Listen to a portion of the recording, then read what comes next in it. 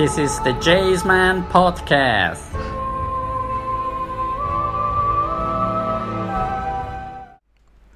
Hello. Today we're going to look at the 10 Rovers from the Jaseman Collection, which I mentioned back in episode 2. So here we have the 10 Rovers, so let's have a quick look through each of them, starting with the R01 Buggy, which is kind of a vehicle that you would see typically like in an airport, or in a spaceport in this case. It's for servicing the space vehicles, loading the cargo and so on, and carrying out repairs. But it also has other purposes, so it could be sent out on kind of moon missions. We've got a kind of communication radar dish here. We've got fuel tanks here, a little satellite launcher rocket, and a mini lab, more different types of tanks. The little rocket man module, some cargo, and a little robotic arm, and these kind of liquid containers. These modules can be lifted off, and they've got like a standard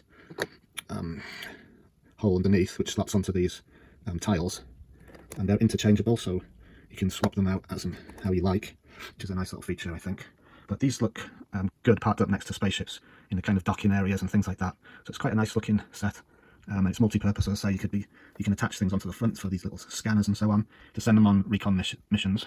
So moving on, R02, this is called Dune Bug, and this is an off-road vehicle which is made by the Red Stars, but was later sent to the other factions because they liked it. It's a very robust looking vehicle, and it's used primarily for sport in an event called the Red Star Rally. So we'll be finding out some more about that. This is complete, there's no missing parts, and I'll probably do with this in some other colours as well, like a white and a grey, and you can have different kind of coloured stripes down the side to differentiate them. And then we've got R03 Tanker, which is another vehicle which will look nice in the spaceport as kind of support vehicle. It's got this panel piece attached to some hinges at the front to create a quite unique looking windscreen, which I came up with. I haven't seen that done like that really before. Maybe some people have done it before. I'm probably not the first, but you don't see it very often. But again, I'm quite happy with how that looks. It's quite a nice looking vehicle. And then we have R04, which is the rocket transporter. Now, this one will look very familiar because it's basically set 6950, I believe it's called, mobile rocket transport. But I've downscaled. The rocket is exactly the same as the 6950 set, but the vehicle underneath has smaller wheels. The cockpit is different, the back is different, but it has all the same features. You can lift the arm up to lower the rocket. You know, if you're familiar with the original set, this one can do everything that the original can, except it's smaller. So it's kind of an homage to that set, which is one of my favourite sets from the original Classic Space sets.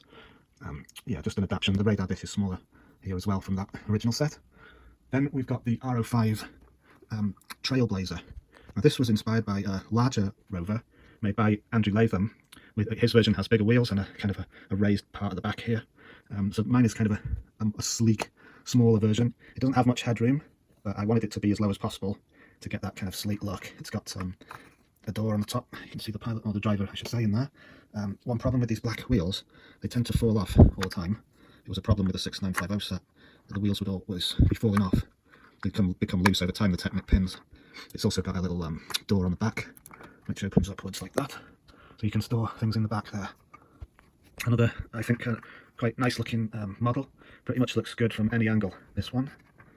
So these sets I've shown you so far, I don't think there'll be much future development in terms of the design of these, because I'm pretty happy with them as they are.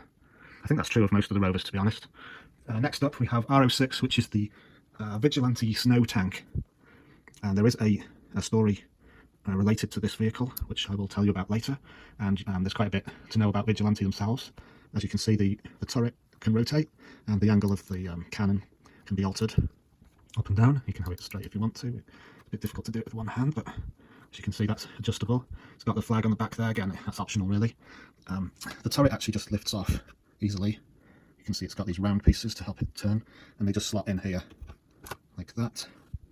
This is a really fun rover to build, so if you're looking to build one of my models, this is an excellent choice. I think anybody who builds this, you're going to enjoy the experience. And it could work, even, you might decide to not put a turret on. You could just have a flat roof here, and it would still look quite cool on its own without the turret.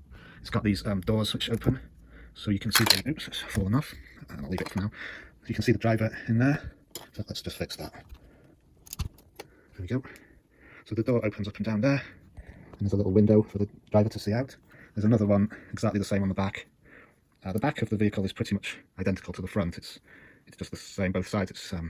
It's symmetrical more or less, and there's like actually a bed in the back for another person. You can fit 2 people in the bottom half, so there's a bed in there, and then a third person in the turret. It's just slots in the top there. Another Rover which I'm pretty happy with. I don't have any plans to change it. So that's the Vigilante snow tank. And then we have, next is the R07 supply transporter. This one has these trailers, which at the moment they're disconnected just because it's easy to store them. But basically these trailers attach onto the back like this. And it has this the part of the front for the driver. The roof lifts off like this. And you can see again we've got a driver and a bed for a second driver, so they can share the work. One can be driving while the other one sleeps. So this is kind of the plan for this vehicle. Is it's like a long distance supply vehicle. And the trailers for this, let me just get the roof back on. The trailers have quite a lot of the wheels falling off. Trailers got quite a lot of storage space, which is always a problem I found with a lot of the Lego ships and sets. They'll have a storage area, but it's tiny, so you couldn't actually fit much in. But that's not a problem with this. I think you can get plenty of supplies in there, and there's 2 of them in my model. But there's no reason why you couldn't just add as many trailers onto that as you need. So that's the R07 supply transporter. And then we've got the R08, which is called Hauler, and this one is pretty big. It's got 24 wheels, 24 of these large tyres on it, so it's got huge chunky wheels, and it's a very substantial looking vehicle. And this is designed for actually carrying spaceships or very heavy loads. I've never actually built anything to sit on the top of these, but these are designed similarly to the R01, which I showed you earlier, which has these kind of drop-on modules. So this one is intended to be like basically a large version of the same thing. But again, it's a cool looking vehicle, looks good from all angles, and it's got a very sci-fi kind of look to it. So I'm pretty happy with that one. But it is very large to fit into scenes. It takes up a lot of space, so it's kind of a bit of a disadvantage for that one. Okay, so that's the R08 Hauler. And next up we've got the R09 Bulldozer. Now this one is also from the Red Star territories. Now in the Red Star territories they have a lot of snow, so the Bulldozer is designed to clear up the snow so that they can then drive around in vehicles like this without getting stuck in the snow. At the moment you can see there's actually one of the clones from the Yellow Planet cluster here driving it, because in the story the clones actually found this vehicle useful as well, because their planet is basically made from sand dunes. So instead of shoveling away the snow, the clones use the Bulldozer to clear the sand. So this is part of what I was explaining in my last episode about how the different factions kind of swap their technologies between them. And then last of all we have the R10, which is actually a monorail train. I don't have the track for it built at the moment, but I have got a track system for this. It's basically made from 1x2 bricks with 1x2 tiles on the top, and the track can be curved or straight. And if we have a look, I've got the trailers for it, but I don't have the front and back because they got broken because I needed parts for some of the things I was building. But if we have a look underneath, I can show you how the wheels work. So you can see there's these wheels under here. There's only 1 wheel per carriage, and this whole thing sits on the track and it's held in place. It's not going to fall off. But it took me quite a while to come up with this rail system, because obviously there's the with Futuron they have the monorail system, but I only use classic space parts, so I couldn't use the monorail track. So I basically had to devise my own monorail system using only the classic space parts. I'm not too happy with the carriages. I think it was kind of a bit rushed in the design. The side, I don't like these. I've got these jumper plates stuck in the side just to add a little detail to it, and the carriages are completely empty inside as well. So they need kind of some interior detail in there, maybe some chairs and tables, or may even do some cargo carriages or whatever you want to call them to attach to the train. But at least the track system does work, so that's going to be quite useful. I'm planning to do like a big scene with the train in a sort of an underground setting, but it's going to require a lot of bricks. It's going to be a very expensive build, that. But at least I have the basic design for the train is in place. So yes, that's all of the different Rovers that I have.